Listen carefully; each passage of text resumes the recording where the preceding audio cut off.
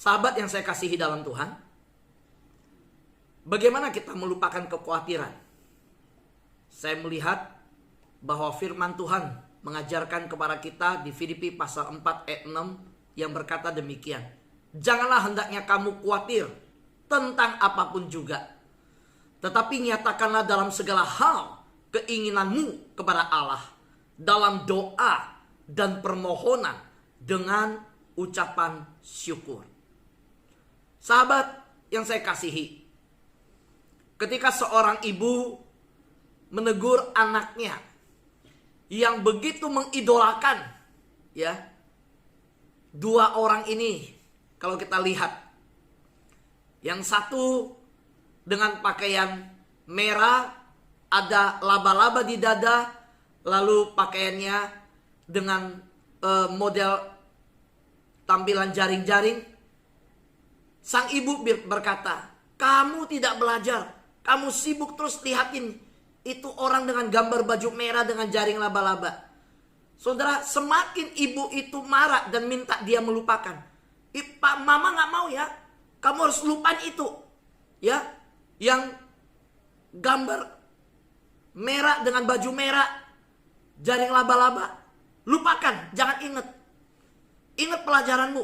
Saudara, kira-kira anak ini kalau diomelin dengan suruh melupakan orang yang berpakaian baju merah dengan ada laba-laba di gambar yang kita sebut Spider-Man ini, anaknya bisa lupa gak, saudara? Makin ingat, saudara. Kalau saya suruh saudara, ya, sahabat pejam mata, ya, jangan ingat, ya, seorang pria berbaju biru dengan gambar S di depan dadanya, saudara langsung ingat Superman. Betul, saudara? Lalu waktu saudara tutup mata, saya katakan jangan ingat, ya, jangan ingat orang yang berbaju biru lalu ada tulisan S di depan. Makin ingat, disuruh jangan ingat, makin ingat. Seorang ayah yang marahin anaknya, kamu udah lupain itu idola-idola, tulisan S di dada, pakaiannya terbalik, ya, bajunya biru. Nah, anak itu makin ingat Superman. Saudara, saya jadi melihat sebuah pola bagaimana orang akhirnya terikat dengan kekhawatiran. Kenapa, saudara? Dari gambar ini, waktu saya meminta semua sahabat berjemaah melupakan, tapi saya berkata ciri-ciri dari gambar ini, sahabat akan makin ingat bahwa itu Spider-Man. Jangan ingat yang pakai jaring laba-laba ini. Oh, itu Spider-Man. Disuruh lupa, jangan ingat, makin ingat. Demikian yang terjadi ketika kita bicara kekhawatiran. Ketika kita melihat kekhawatiran itu sebagai sesuatu yang di dalam pikiran kita ingin buang, makin kita tidak mau ingat, justru makin diingat. Saya mendapatkan satu kalimat bahwa kekhawatiran adalah pembayaran di depan. Kekhawatiran adalah uang muka dari persoalan yang mungkin Anda tidak pernah alami. Saudara, belum masuk ke rumah tinggal, belum dapat barangnya, beli barang, saudara harus bayar uang muka. Kekhawatiran itu seperti uang muka. Sahabat yang terkasih dalam Tuhan, kalau kekhawatiran seperti uang muka, sebenarnya kekhawatiran itu adalah persoalan yang mungkin Anda tidak pernah alami. Anda sudah bayar di depan dulu. Anda khawatir sesuatu di depan, belum dialami, tapi udah khawatir dulu yang akan dialami. Saudara sudah bayar uang mukanya dulu. Saudara sudah alamin kekhawatiran sebelum mengalaminya. Filipi pasal 6 tadi berkata, janganlah hendaknya kamu khawatir tentang apapun juga. Saudara, penulis yang dimana kita tahu adalah Paulus di dalam khotbah sebelumnya yang berkata bersukacitalah senantiasa. Saya sudah bahas tentang bersukacita. Hari ini kita bersama-sama bahas tentang jangan khawatir. Dan tidak berhenti berkata jangan. Ingat, Paulus tidak berhenti di kalimat perintah negatif. Tetapi Paulus maju kepada sebuah kalimat perintah positif. Ketika berkata jangan, Paulus masuk ke dalam kalimat selanjutnya, nyatakanlah segala keinginanmu kepada Allah dalam doa. Ada solusi yang diberikan oleh Paulus. Saudara, kalau dunia berkata jangan ingat ini, jangan ingat idolamu, jangan terikat K-pop, jangan terikat sama drakor, ya, jangan ini, jangan itu. Dunia nggak kasih solusi. Tapi berbeda dengan firman Tuhan. Paulus yang berkata jangan khawatir apapun juga, apapun juga. Paulus langsung berkata, yang apapun yang kamu khawatirkan itu, makan, minum, pakai, pekerjaan, karir, kesehatan, semua itu bukan duduk memikirkannya, mengkhawatirkannya, tetapi duduk bergaul dengan Tuhan, masuk hadirat Tuhan, cari Tuhan, serahkan sama Tuhan. Saudara, ini menjadi sesuatu jawaban yang tidak ditawarkan oleh dunia. Kenapa? Karena ketika bicara tentang menyerahkan dalam doa kepada Tuhan, saya menemukan di situ Paulus seolah-olah berkata, satu-satunya cara untuk meletakkan kekhawatiran adalah doa. Berarti di sisi yang lain, memelihara kekhawatiran adalah dosa. Nah, saudara lihat nih, dua kalimat di bahasa Indonesia, dua kata ini saya lihat di bahasa Indonesia paling bagus. Doa tambah S jadi dosa. Betul saudara? Doa, dosa. Saudara pilih yang mana? Saya percaya semua pilih doa, nggak mau dosa. Betul? Iya. Nah, ditambah S, kalau setan bekerja di dalamnya, jadilah dosa. Buang setan. Kita nggak mau, ya, buang S-nya. Dosa dibuang S-nya, jadi doa. Saudara, memelihara kekhawatiran, itu maunya setan. Memelihara kekhawatiran, itu akan mengantar kepada dosa. Tetapi sebaliknya, satu-satunya cara untuk meletakkan kekhawatiran adalah dengan doa.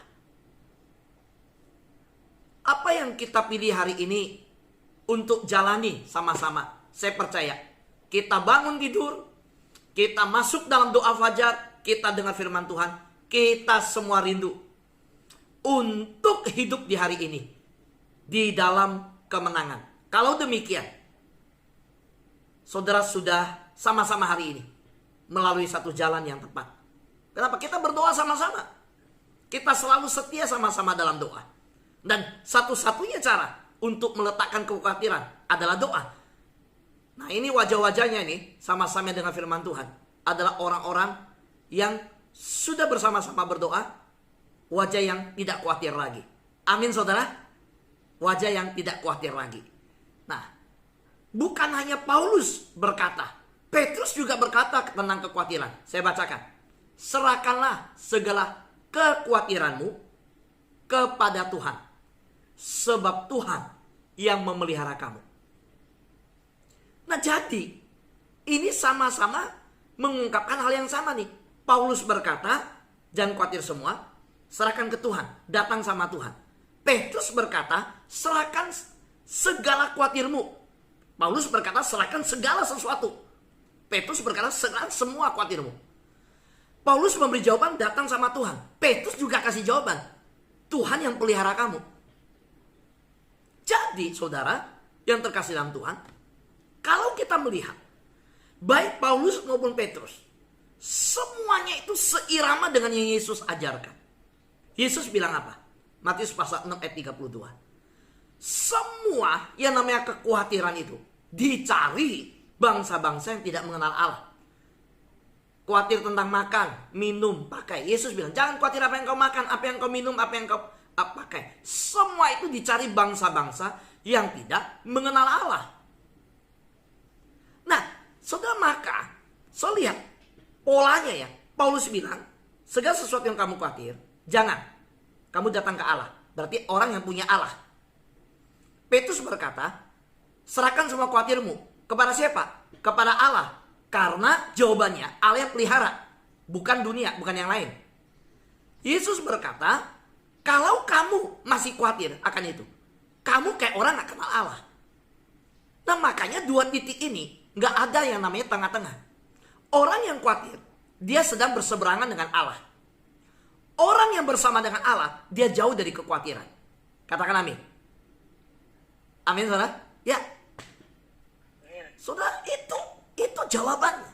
Nah, karena itu hari ini semua yang terjadi di dunia, saya mau berkatakan semua yang terjadi di dunia, sekitar kita, pergaulan kita, bisnis yang kita jalankan, rumah tangga kita, kesehatan kita, semua yang sedang terjadi di dunia bisa menimbulkan kekhawatiran pada kita. Dan iblis, setan memakai semua yang sekitar kita untuk menimbulkan kekhawatiran. Tetapi ingat, semua yang dapat menimbulkan kekhawatiran jika kita tidak berdoa. Selagi kita hadapi dengan bersekutu dengan Allah, kita letakkan kepada Allah, kita bergaul kepada Allah, maka semua hal yang bisa menimbulkan kekhawatiran itu diredakan. Pada waktu anak kita pergi renang, kita nggak ikut, kita khawatir nggak saudara? Kakaknya yang jaga dia, nggak hati-hati. Kita ngomong terus kan, jaga ya adikmu di kolam renang, jaga ya. Betul saudara? Iya. Waktu anak belum menikah, kita khawatir. Kita berdoa untuk jodohnya. Setelah menikah, 1 tahun belum punya anak, 2 tahun belum punya anak. Kita khawatir nggak saudara? Kita mulai khawatir. Jangan-jangan menantu saya nggak bisa punya anak nih. Betul? Kita khawatir. Orang berkata kalau anak udah besar enak. Kalau udah menikah enak. Siapa bilang udah menikah enak?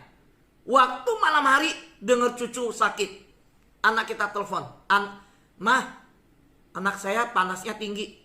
Kita nggak bisa tidur. Soalnya semua dapat menimbulkan kekhawatiran.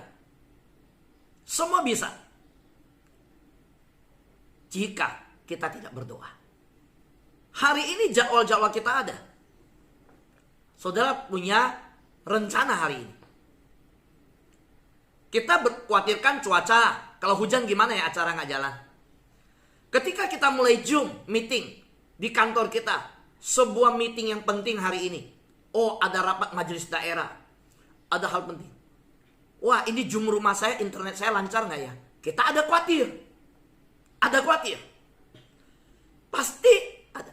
Tapi kalau kita segera masuk dalam doa. Serahkan Zoom ini, internet dikuasai Tuhan. Sistem jaringan dikuasai Tuhan. Kalau sampai terjadi internet mandek, kita tetap percaya Tuhan punya rencana. Amin saudara.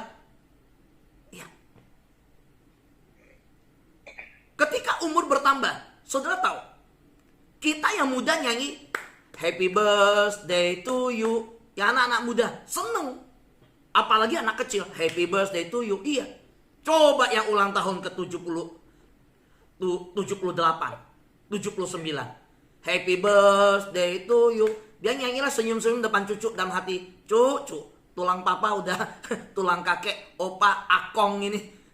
Udah jangan nyanyi happy birthday loh. Ya, Pak David bilang, waduh, opa David ulang tahun. Aduh, lu seneng-seneng sih. Cucu lu datang makan. Lu bisa tiup potong kue. Opa belum tiup kue. Udah gak punya tenaga tiup, kamu udah lari ke kue. Ya cucu kita kalau ulang tahun udah tiup kue duluan. Mati kita belum tutup. Dia seneng. Dia gak tahu makin ulang tahun pinggang kita makin pegel. Nah, saudara terkasih dalam Tuhan. Semua sekitar yang kita jalani di dunia, semua bisa menimbulkan kekhawatiran. Tapi kalau kita berdoa, kita sedang menyerahkan ke dalam tangan Tuhan, melibatkan Tuhan di dalamnya, maka kekhawatiran itu akan semakin hilang.